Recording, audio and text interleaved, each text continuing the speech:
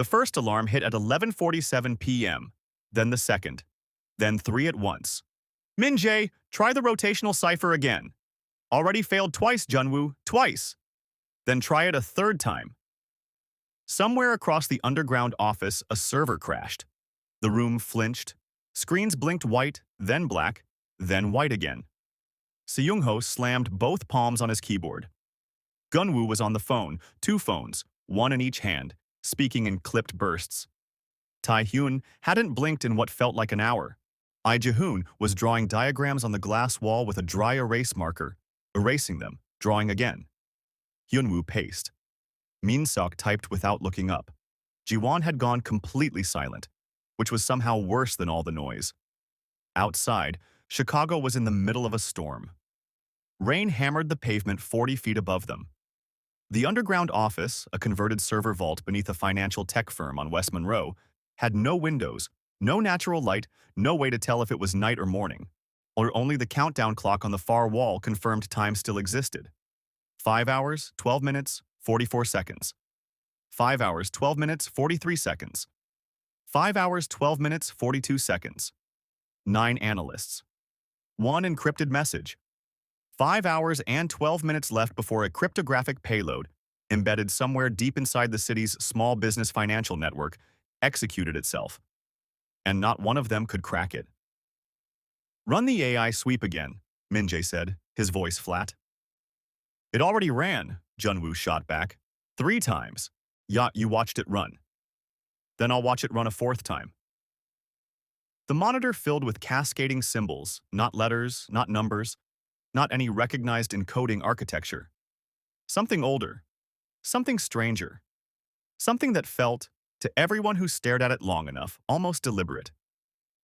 Wooju's message had arrived at exactly midnight.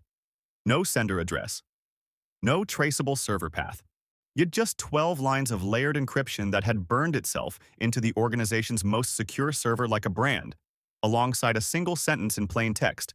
Decode this, or the city collapses. Seung-ho had laughed when he first read it. That was 4 hours ago. He wasn't laughing now. They had tried everything. Quantum simulation failed. AI-assisted decryption models failed. Linguistic frequency analysis failed. Military-grade brute force failed. And the encryption wasn't behaving like encryption. It wasn't protecting information, it was performing something.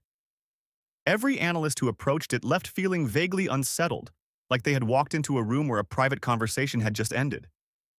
It keeps shifting, Tae-hyun muttered. Every time we isolate a pattern, it moves.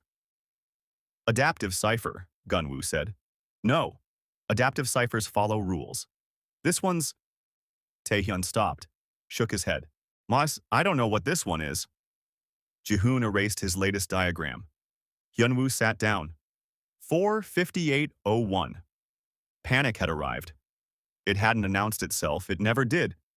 It just settled into the room like weather, and suddenly everyone's movements were a little faster, a little less precise, a little more desperate.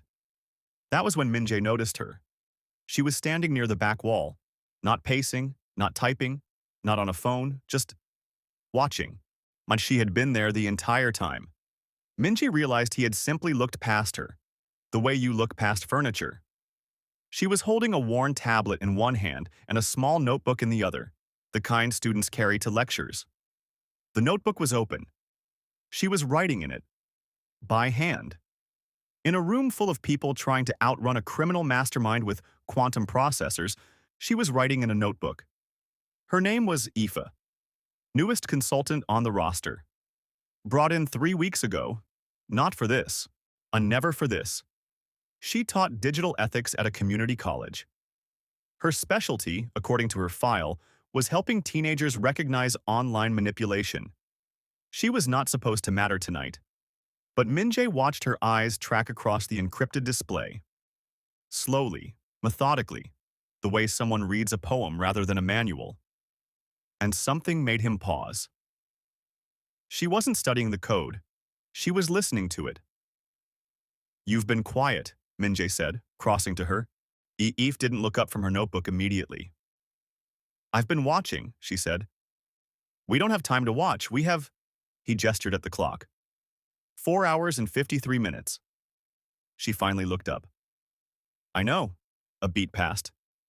Do you see something? He asked. His voice came out more vulnerable than he intended. Eve looked back at the screen. Her pen hovered over the page.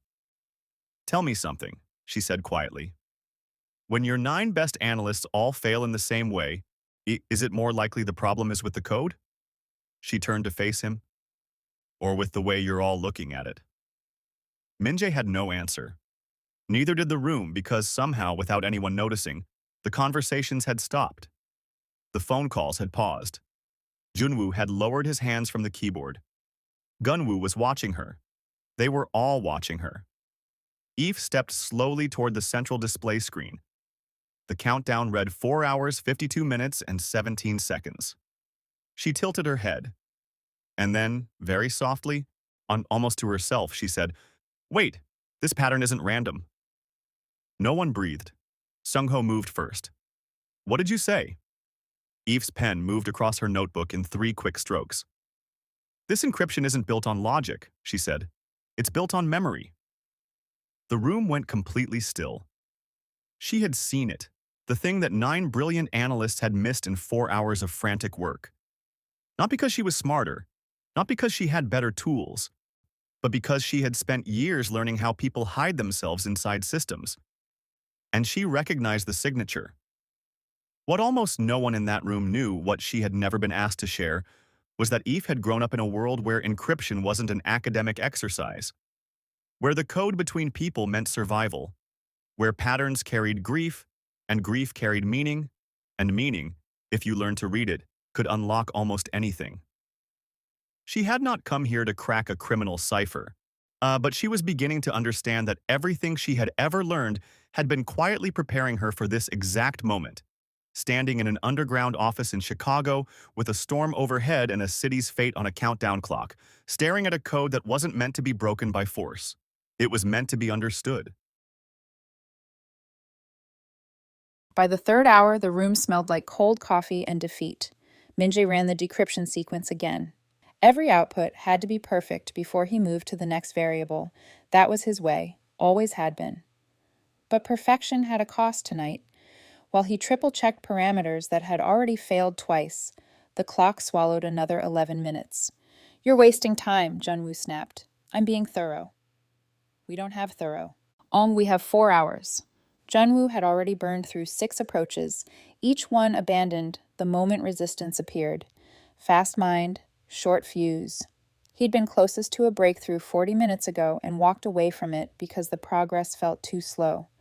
Nobody said that out loud. Seung-ho said nothing either. He had stopped announcing his attempts entirely, running quiet background processes nobody else could see, terrified of failing publicly again.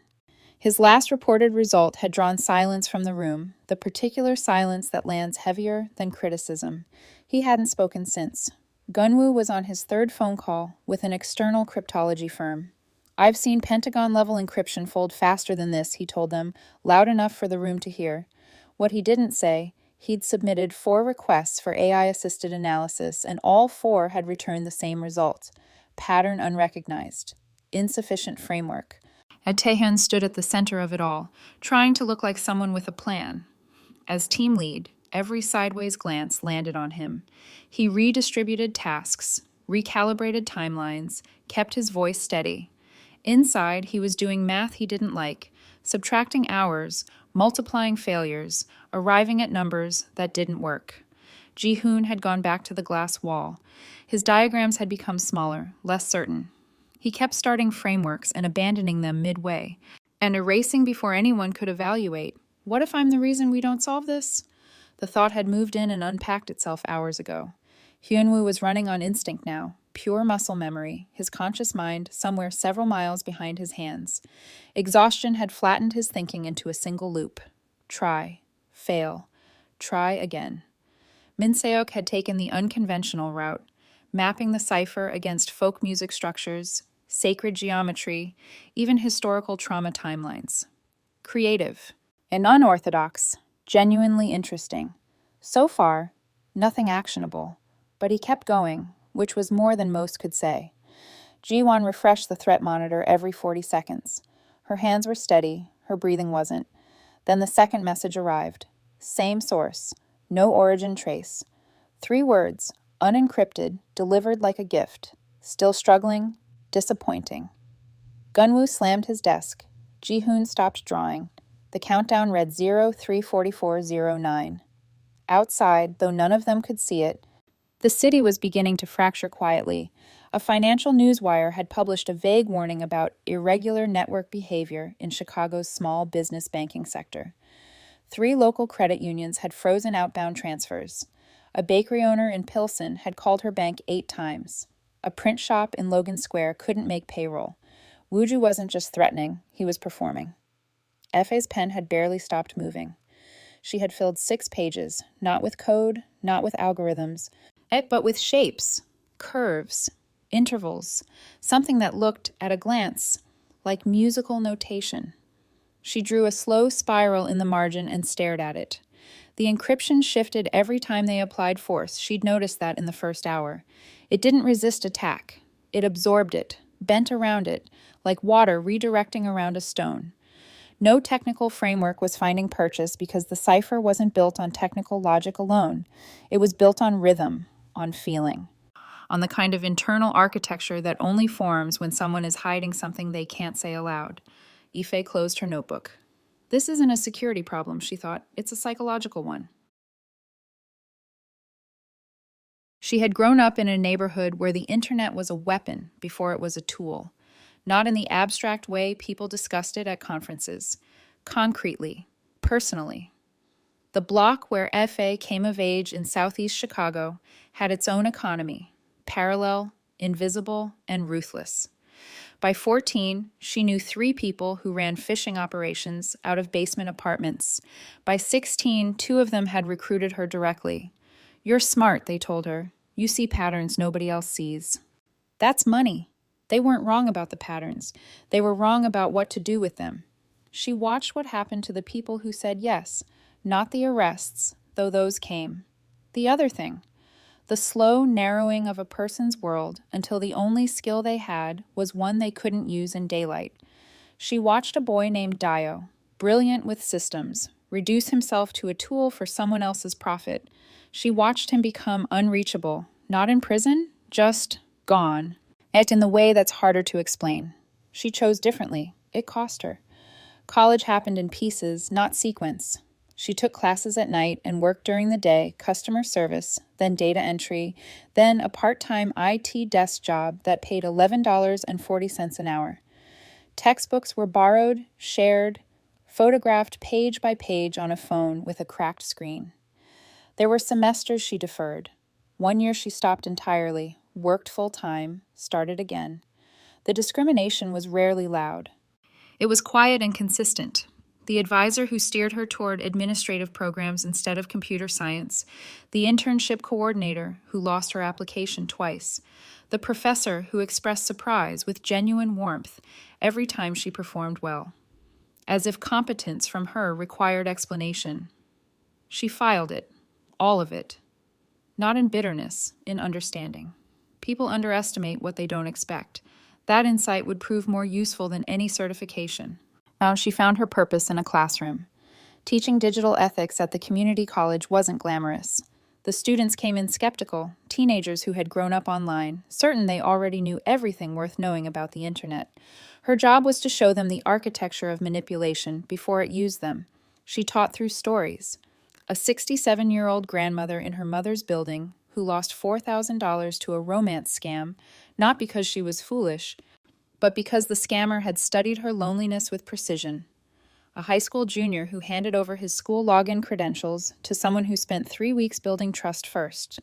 A small business owner whose payment system was hijacked through an employee's personal email. They don't target your security, she told her students.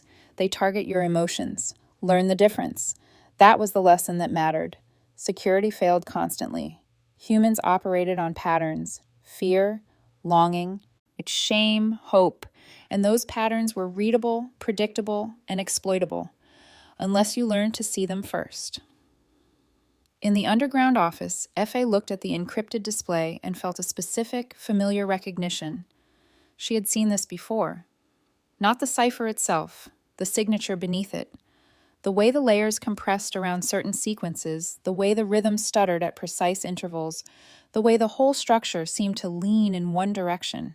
And it was the same thing she saw in her students' online histories when they had been manipulated. A record of someone's emotional interior, translated into behavior, leaving traces everywhere. Wuju had built this cipher the same way her students were victimized, through feeling, not formula, which meant it couldn't be solved through formula either. She closed her notebook, straightened, and looked across the room at Min-jae. "I need to show you something," she said. Every head turned, not with interest, with the particular patience people extend to someone they don't expect to say anything useful. "I think it's layered," F.A. said.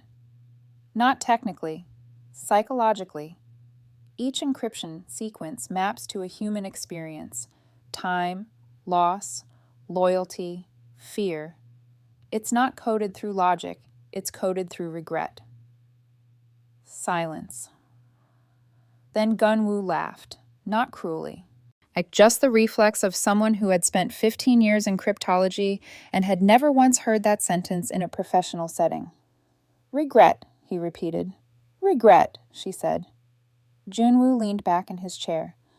"So your theory is that a crime syndicate leader, running a coordinated financial attack on a major city, built his encryption around feelings?" "I'm saying he built it around his feelings, specifically." She stepped toward the display. "Look at the interval structure." And every fourth sequence compresses, not randomly, at regular emotional beats. It's a trauma loop. The cipher doesn't just protect information, it replays something. Taehyun watched her carefully. Seungho looked at the floor. Min-jae hadn't moved. "That's not a decryption methodology," Ji-hoon said quietly. "That's a therapy session." A few tired half-smiles. F.A. didn't flinch. "Then let me run it as one." She looked at Taehyun. 4 minutes. Give me the input terminal and 4 minutes. He hesitated, then nodded. Because 4 minutes was nothing against a collapsing clock, and because something in her stillness, amid all their noise, had become impossible to dismiss. She didn't run code first, she mapped. 3 columns on a secondary screen, historical timestamps, recurring symbols, interval gaps, then overlaid them by hand, the way she charted manipulation patterns for her students. A shape emerged, not immediately. Gradually, the way something hidden becomes visible once you stop looking for something else. Min Seok moved closer first, then Ji-won, quietly, standing just behind Ife's shoulder.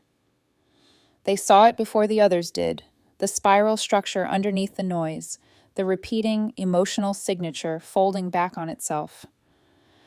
"That's a pattern," Min Seok said, carefully, like he didn't want to be wrong. "That's the pattern," Ife replied.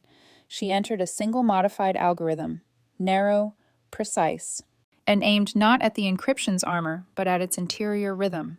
The screen flickered. 3 symbols resolved into plain text, then 5, then a full sequence unlocked. Jiwon exhaled sharply. Min-jae stepped forward. Even Gunwoo had gone quiet, his arms dropping to his sides, watching the screen the way you watch something you didn't believe was possible until it happened in front of you. The outer layer was open. Ife was already working on the second. Somewhere across the city, in a room nobody would think to search, Wuju watched. 6 monitors, clean desk, a single glass of water, untouched. He had been observing the underground office's internal network for hours, not anxiously, the way his subordinates monitored things, but with the focused patience of someone watching a chess match they had already decided the outcome of, until 20 minutes ago. He had been 7 years old when he first understood that intelligence was dangerous. Not because it attracted enemies, though it did, because it attracted people who wanted to own it, teachers who showcased him, relatives who borrowed money against his future, and later men in good suits who explained, with great warmth, that a mind like his deserved better opportunities than honest work could provide. He had believed them. That was the betrayal he never fully named, not that they lied to him, but that he had been young enough to want to be chosen. And his mother died the winter he turned 19. Overwork, an illness that money would have solved. He had the skill by then to generate that money through legitimate channels, barely, slowly, not fast enough. 3 months after her funeral, he accepted the offer he had been declining for 2 years. He told himself it was temporary. It never was. He built his network the way he had once approached mathematics, methodically, beautifully, without sentiment. Every connection was load-bearing, and every person was positioned for function. Trust was a vulnerability he designed around rather than a resource he relied on. Power is safety. He had arrived at this cleanly, without drama. The world had simply demonstrated it often enough that it stopped feeling like a conclusion and started feeling like physics. Trust is dangerous. Same source, same method. He had not been wrong yet. On his monitor, the outer encryption layer collapsed. Wuju leaned forward. The first involuntary movement he had made in hours. He had built that cipher from the inside out, layering it with the kind of internal logic that only made sense if you understood the specific weight of specific losses. No algorithm should have found the entry point. No AI model could have mapped the emotional intervals. And yet, he pulled up the analyst roster, scrolled past 8 names, stopped at the 9th, EFI. Community college. Digital ethics. No classified clearance. No cryptology credentials. He read her file twice. Then he reached for his keyboard and began composing a message. Not another taunt, not a countdown pressure. A question. He wanted to know how she had done it. More than that, and this unsettled him in a way he didn't immediately have language for, he wanted to know if she had understood what she was reading. Not the code. Him. Effie drew 3 columns on the secondary screen. Layer 1, she said, marking the left column. Historical timestamps, every sequence anchored to a real event, a real date, not random, biographical. She moved to the center. Layer 2, cultural references, symbols that only carry meaning if you grew up in a specific place, a specific loss. Borrowed imagery, grief made into geometry. She marked the right column. Layer 3, emotional intervals, the rhythm of the thing. When it accelerates, when it compresses, when it goes quiet. Min Seok was already beside her, pulling timestamp clusters into a separate window. Jiwon cross-referenced the cultural symbols against a database she had quietly been building for the last 20 minutes, saying nothing until she had something worth saying. The others watched. Then, one by one, they moved closer. Taehyun pulled the linguistic model and reoriented it, not toward decryption, toward pattern recognition. A different question produced different results. Hyunwoo ran interval analysis against emotional frequency mapping, a framework that had no name in any manual he'd been trained on but made immediate, obvious sense once Fa explained it. Even Gunwoo, quietly, without announcement, redirected his processing power toward the biographical timestamp layer. Nobody called it anything. They just shifted. The spiral appeared at minute 11. Fa had overlaid all 3 layers simultaneously, historical, yet cultural, emotional, and the encryption's underlying structure became visible the way a figure appears in a painting, once your eyes adjust. Not a technical architecture, an orbit. Sequences looping back through themselves, each cycle returning to the same compressed interval before expanding outward again. A trauma loop, Efe said softly. Min Seok looked at it. It repeats. It always repeats. That's what unprocessed loss does. It circles. It can't move forward. So it encodes itself into everything. She traced the spiral's center point on the screen. This is where it started. One event. Everything else is built around it. She entered the algorithm she had originally designed to show psychology students how manipulation leaves structural traces in digital behavior. Narrow, precise, built for a completely different purpose. The screen flickered. Then words, partial at first, and then whole sentences surfacing through the dissolving cipher like objects rising through water. The countdown read 0 hours, 21 minutes, and 17 seconds, and for the first time all night, the room felt like it was moving in the right direction. Then every screen in the room switched simultaneously to a single feed, A face, sharp eyes, controlled posture, calm in the way that costs something to maintain. Wooju looked directly into the camera, directly, it seemed, at Ife, and said nothing for a moment that lasted longer than it should have. Then, "You solved it." His face filled the screen without warning. Sharp eyes, controlled posture, the particular stillness of someone who had rehearsed being watched. Wooju looked exactly like a man who expected to be feared, and had been, reliably, for a long time. "You solved it," he said, not a question. His voice carried something underneath the calm, a thin current of something he hadn't planned for. Effie stood at the terminal and looked directly into the camera. "You made it solvable," she replied. "Why, you just didn't realize it." A pause. Fractional, but real. "You're not what I expected," Wooju said. "I know. You expected another analyst." She pulled a chair forward and sat, slowly, deliberately, the way you sit when you intend to stay. "You built 9 traps for 9 people. You forgot to build one for someone who wasn't trying to defeat you." "And what were you trying to do?" "Understand you." The room behind Effie had gone completely still. The countdown read 0 hours, 18 minutes, 33 seconds. Nobody moved. "You hid your fear inside mathematics," she said, "your grief inside interval patterns. You encoded loss into every 4th sequence, the same rhythm, repeating." "That's not a cipher. That's a record." She paused. "Who did you lose?" Something crossed his face, gone in a moment, but visible. "You're guessing," he said. "I'm reading." She kept her voice even. "The loneliness is in the structure itself, the way each layer folds inward instead of outward. Whoever built this wasn't protecting information. They were preserving something, holding onto it." Wooju's posture shifted, barely, but Minjae saw it. So did Jiwan. "You think understanding me changes anything?" Wooju asked.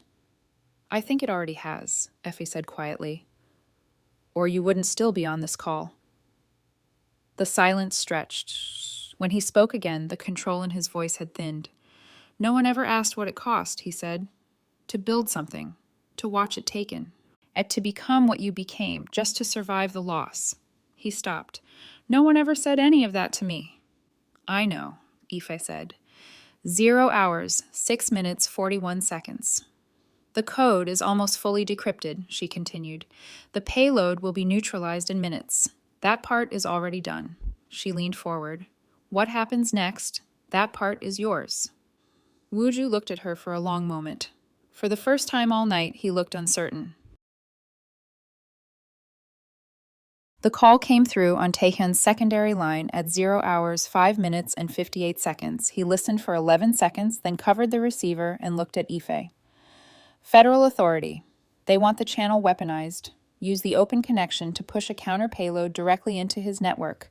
Collapse everything. Infrastructure, contacts, financials. All of it. Now." Ife didn't turn from the screen. "And Wooju?" "Exposed. Everything goes public simultaneously." Wooju was still on the feed, still watching. Yet he had heard enough to understand what was being discussed. His expression didn't change, but his stillness had shifted quality, the way a room changes when someone in it has made a decision. Minjae pulled up the weaponization interface. It was ready. 30 seconds to execute. Ife looked at the 3 options she actually had. Destroy everything, the network, the evidence trail, the leverage. Clean. Fast. Wooju walks into nothing. Expose everything. Full public release. His network, his methods, and his identity, justice by exposure, or something the authority on the phone hadn't offered because it required believing something they didn't believe tonight, that a person, given a real choice, might choose differently. "Give me 2 minutes, Ange," she said. Taehyun hesitated, then nodded. She turned back to the camera. "You're still here," she said to Wooju. "I'm still here." "You didn't have to be. You could have cut the feed the moment the outer layer broke." She kept her voice level. "Yet you stayed because part of you wanted this conversation to happen. That part matters." Wooju said nothing. "I'm not going to tell you what you owe the city, or the businesses, or the people your network has harmed. You know. You've known for a long time, she paused. I'm asking what you want to choose right now, with the time that's left, not what you've been, what you decide to be in the next 30 seconds. 00:03:12. The room held its breath. Then, quietly, yet so quietly that Ji-won later said she wasn't certain she'd heard it, Woo-ju said, I'm tired. His hands moved off screen. One keystroke. The countdown froze at 0 hours, 2 minutes 49 seconds, then dissolved. The encrypted payload collapsed inward, cleanly, from the inside. Not neutralized by force, disarmed by its architect. Network connections dropped in sequence. 12 nodes, then 30, then silence. The threat monitor cleared. Every screen in the room returned to neutral. Min Seok exhaled. Ji-hoon sat down heavily. Gun-woo put both hands flat on his desk and stared at them. Ji-won pressed her fingers to her mouth. Hyun-woo laughed once, short, involuntary, the laugh of someone who had forgotten what relief felt like.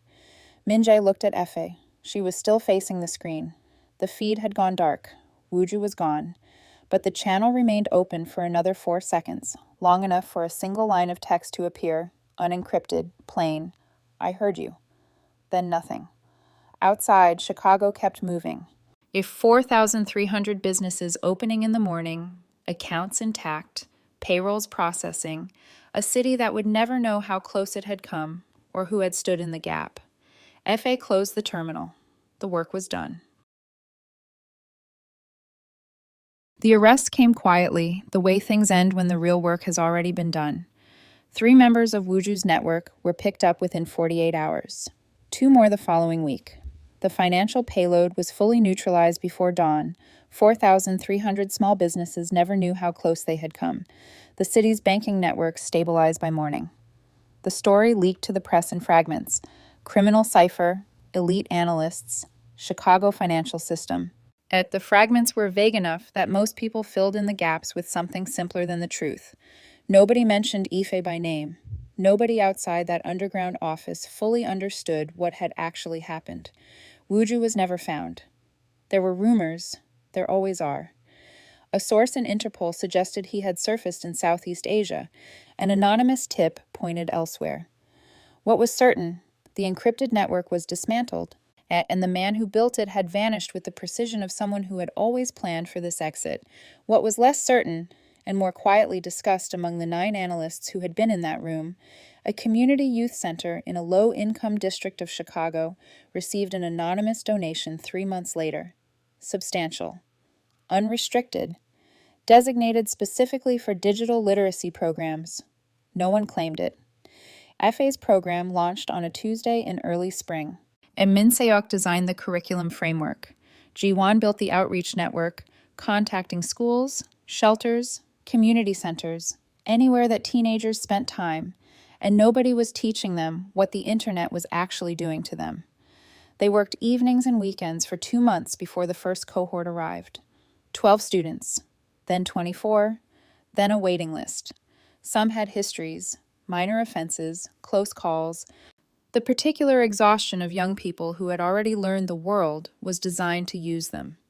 Efe didn't teach around those histories. She taught through them. Former tactics became case studies.